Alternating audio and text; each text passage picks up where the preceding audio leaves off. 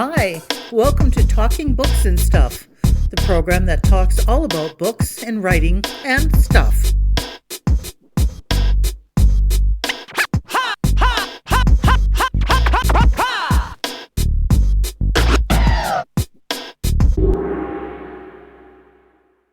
Here's your host, Dennis Rimmer.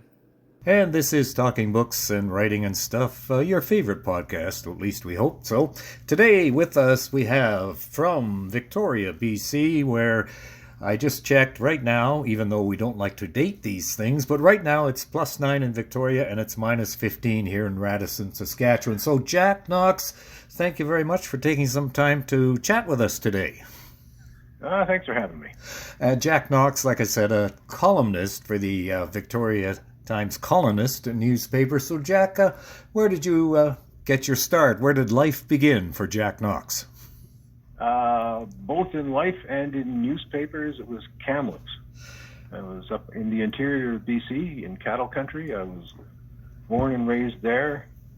That's where I got into my first job was with the Kamloops News. I walked in with a paper bag full of newspaper clippings that I'd written in my community college, and it was my great fortune that a reporter had burst her appendix the previous day, and they were desperate for a warm body right now, and that got my foot in the door.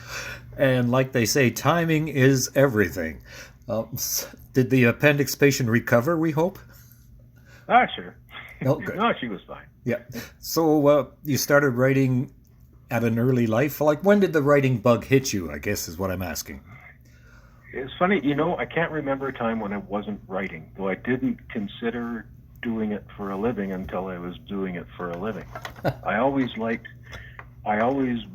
grew up in a household where we were kind of passionate about the news. We were kind of like just a normal but kind of plugged-in family.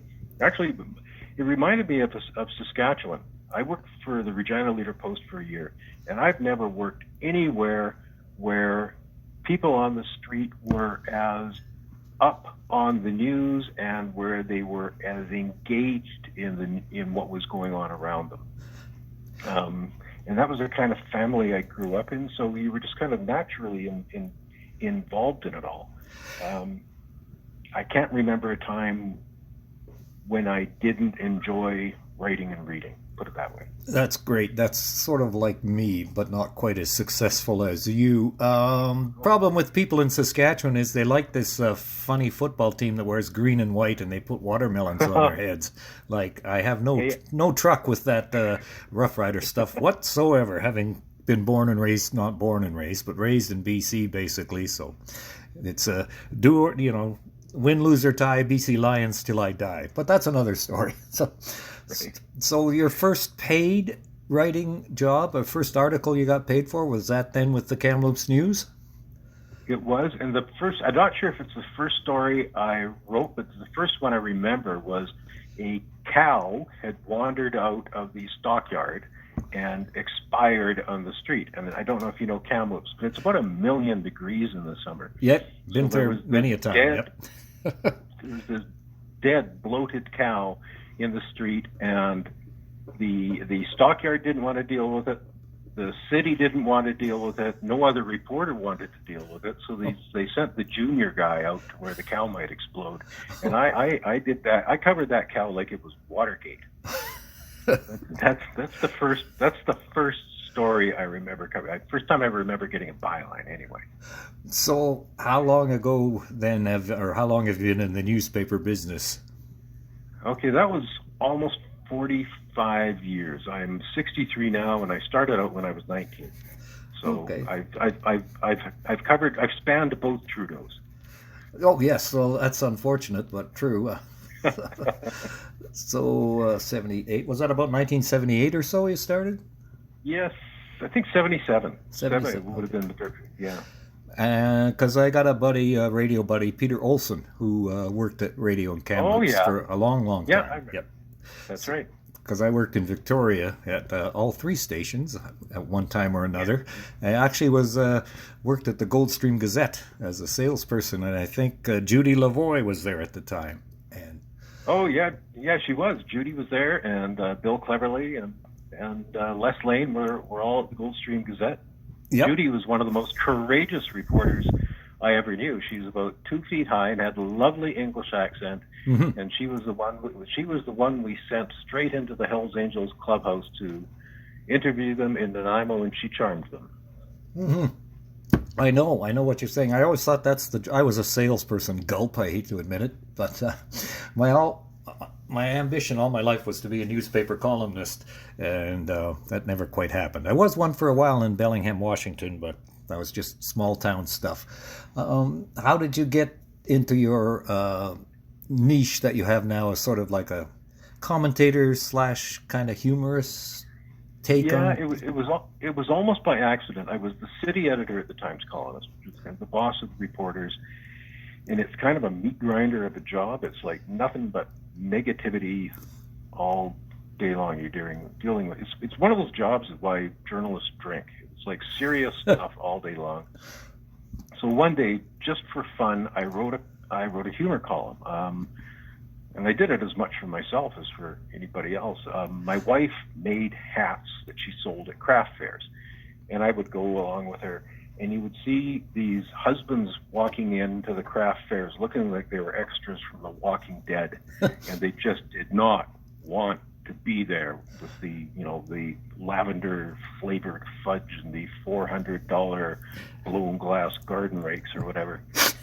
And I wrote a column about that, and it went over well. So I wrote another humor column a couple of weeks after that. And then I started doing it on a weekly basis and did that just for fun while doing kind of serious jobs. And then eventually in 2000, so about 3 years later, I became a full-time columnist, kind of toggling back and forth between humor and serious stuff. And you describe yourself as an award-losing journalist, an occasional I sure am. cumberground. But didn't you win a BC humor writer of the BC's commentator of the year? It says right here. I did. That was a few years ago, and I was really disappointed because it broke up my award-losing streak. Well, somebody has to do it. No, it was very nice. It was a nice honor to have. And you've been in Victoria for how long then? Oh, since the 33 years. Oh. Yes, it's a long time. Oh, perfect life. I lived in Victoria off and on a few times, and like I said, I always wanted to be a newspaper reporter and writer, and I don't know why. And then I got into radio, so heaven forbid that's what happened. So, you've got some books out. Tell us about your books. Ooh, I'm actually working on a fourth right now. The first one came out, I think it was 2016. It was called Hard Knocks, and it was just a humor book about and from the perspective of Vancouver Island, and it did well. It got longlisted for the Leacock Medal for humor, yes, humor writing. Right. So they said write another one. So I just did a collection of columns, of humor columns, that was called Opportunity Knox, and it got nominated for a Leacock as well. And then I messed with everybody's heads by putting out a serious book called On the Rocks, which was just a bunch of stories about extraordinary people you'd never heard of from Vancouver Island. And now I'm working on another book right now that should be out in time for next Christmas, and the tentative title is Island Idiot, Jack Knox, Island Idiot, and it's just more humor. More humor. Now, do you look for the humor side in everything, or you must have some serious columns in here, like I've got in front of me, 911 calls come in fast and furious. Another thing here that says you only had 21, or you had 21 non-COVID stories from 2021. No, I actually did a piece on here, our 21 non-COVID stories that you might remember from the year, just because I was going to do a year in review, and I went, well, I'm not going to do COVID. I can't write anything else about COVID. I know. But no, I do toggle back and forth between serious stuff, and some stuff's dead serious, and humor. But a lot of the time you can mix in humor in serious writing, particularly satire. Satire is a terrific tool for a columnist, because it's a humor that's in the gap between how things are presented and how they really are. That's, this hour is 22 minutes, and Rick Mercer and those guys have been mining that for forever. It's the humor's in the gap. That's right. A while back, I guess it must have been this recent Trudeau ridiculous election campaign for no reason. You had a serious column. I thought it was very well done, and I went, oh my God, this guy's terrific. I wish I had a tenth of his talent, all about the election and different viewpoints up and down the island. So I was quite impressed with that. So that was, are you given assignments, or do you just kind of pull your own ideas out of your own hat? It's kind of a collaborative thing. I've never been assigned a story, and I've never had anything spiked. But we generally have a discussion and say, what do we need? In the election, I was kind of given free rein during the election just to roam around our patch, which is Vancouver Island, and poke my nose into corners. I'm in a terrifically privileged position. I get to poke my nose in places it doesn't belong, and it's amazing what you come across. I ran across a guy who turned out he used to go for milk and cookies at Adolf Hitler's house when he was a kid. Yeah, he was just living in Oak Bay in Victoria. His aunt had been Hitler's girlfriend before Eva Braun. And then ran into a guy who faked the last name in the phone book. And there was another guy, an indigenous guy up island, who turned out to be the very last person in the world to speak his language. Imagine that, 8 billion people on Earth, whatever, and he was the very last guy who could speak his language. So that must be the pure fun part of this job, if you want to even call it a job. It's like, wow, I get to talk to this guy who had cookies at Adolf Hitler's house, or speaks the last known speaker of a language. I mean, that's just amazing. Yeah, and it's funny, I walk down the street now, I'm at the point where every time I walk by somebody, I look at them and I go, I wonder what story's hiding inside that guy. Because everybody's got a great story, and it's nothing you'd ever imagine. And I found the same thing. I talked recently with Canadian comedian Ron James, who said basically the same thing. He just kind of sits around Tim Hortons or wherever, and people recognize him, then they come up and start talking, and he just kind of takes notes and gets all these fabulous stories that you wouldn't get if you just stuck your microphone into somebody's face, I guess. I know. Actually, I went to his show in Victoria in December. Well, that's actually when I caught him in between shows. Okay. Yeah, because he was great. Like, he was 2 hours up on stage and no notes and just away he went. He's a funny guy. But he's got all these anecdotes and observations on the anecdotes, and you can just he held the audience for 2 hours without a break. It's great. So what is when you're at the newspaper, not having a month off to write a book, what do you have a day-to-day routine? Are you always in the office? Can you write from home? How does all that work? It's kind of a hybrid thing. I was working at home before COVID. If it's just writing a humor column, or if I've done my research and all I have to do is write, I'd rather work at home, as long as I've got the house to myself. I'm a bit of a bear to be around when I'm trying to write humor. Yep. But otherwise, I like going into the office. I like having other people to bounce ideas off of. I like having people there as a guard against my own stupidity. Sometimes I'd rather sound like an idiot to one person than to the entire readership of the newspaper. So I like having people to bounce ideas off of. And how many columns do you have? A certain amount you have to do every week? Generally it's 4. 4? Because I used to do 1 a week, and that took a lot out of me. So I don't know how you can do 4 a week. Well, I look at, there's Eric Nickel. Yes. Legend in BC, and I assume in much of Canada through the 50s, 60s, 70s, 80s. And he went on for about 50 years writing a daily humor column. Like, I couldn't do a daily humor column. I write humor but it's when I'm inspired, more or less. But a daily humor column for 50 years, holy smokes, he was good. I used to deliver the Vancouver Province newspaper in Kamloops when I was a kid. And I had an old customer tell me it would drive me nuts. I'd look out my window, my paper wouldn't be there, and then I'd look across the street, and you'd be sitting in a snowbank with my paper open, laughing your head off, reading Eric Nickel, when it should have been me laughing my head off, reading Eric Nickel. Well, I remember he had a bunch of books, 1066 and all that. Yeah. So, and I used to deliver the Vancouver Sun. So Ah. Now, back to a serious business about newspaper. Is there a future for newspapers at all, or is this a dying era that we're looking at? I think newspapers as we know them are going quickly. They're going to change into something else, and I think most of the publications that are in print will eventually end up online. That's just inevitable. I worry about where journalism in general is going.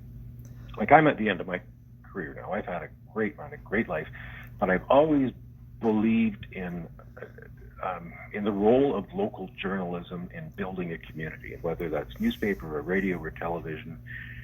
It's like the neighborhood pub where people with different opinions and different unconsidered perspectives meet and talk things out.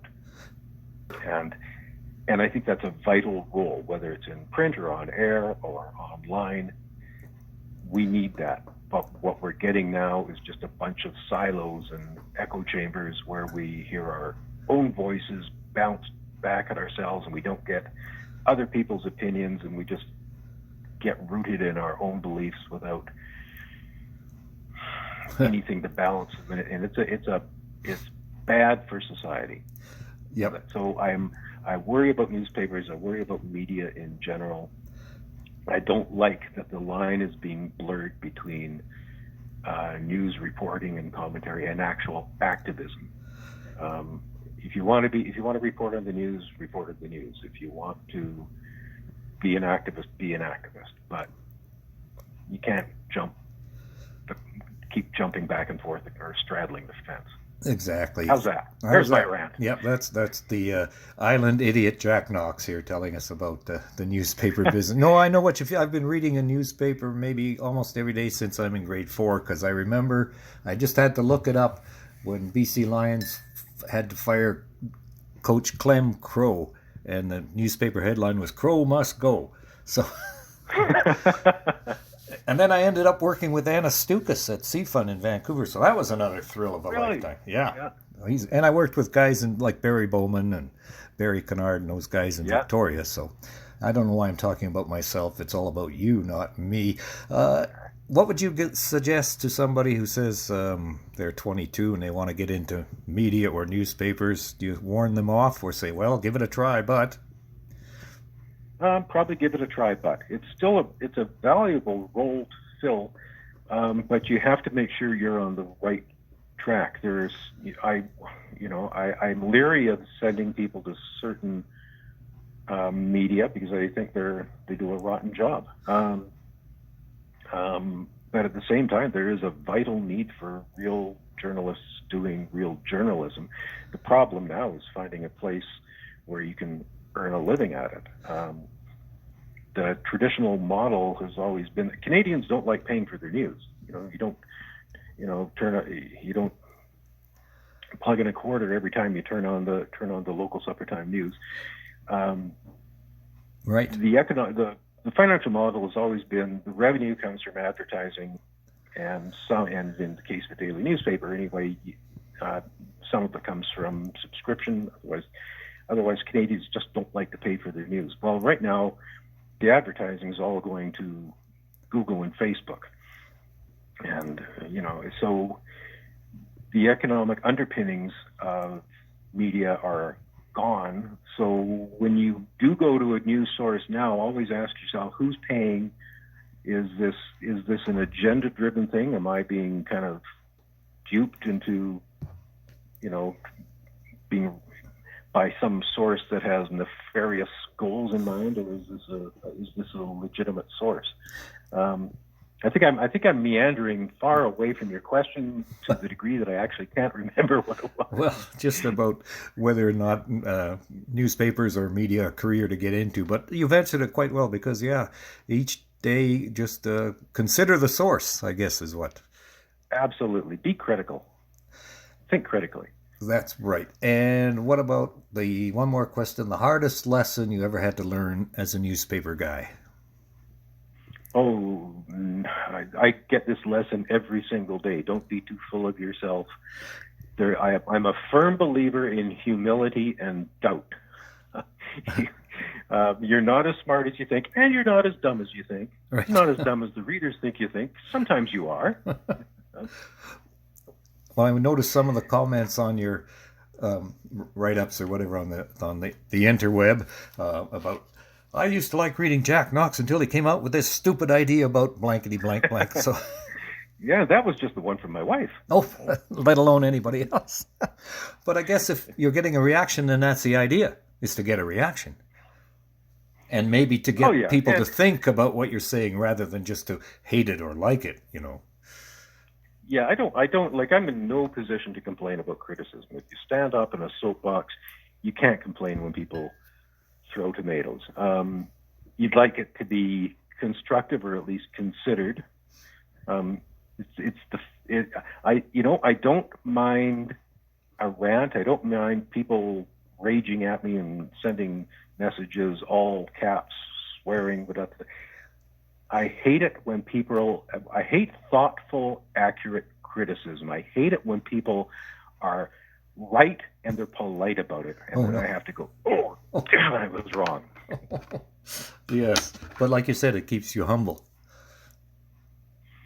Yeah. It's time and time and time again. We've been talking with Jack Knox. He is a award-winning, don't let him fool you, award-winning newspaper columnist, Victoria Times columnist, working on a new book, which I hope we'll talk about when it's released. So again, Mr. Knox, thanks for your time today. Oh, thanks for having me.